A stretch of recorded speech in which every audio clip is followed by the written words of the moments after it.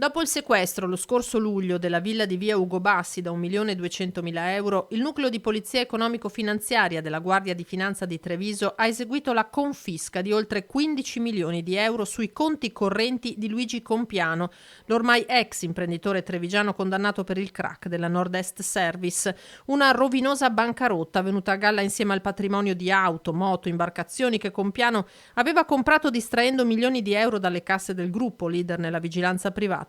Rigettato il ricorso in Cassazione, con cui i legali dell'ex patron della NES miravano al trattamento sanzionatorio più morbido, le Fiamme Gialle hanno dato esecuzione alla sentenza della Corte d'Appello legata al recupero di tasse e imposte mai pagate. Oltre ad aver compiuto tutta una serie di illeciti, aveva anche dal punto di vista tributario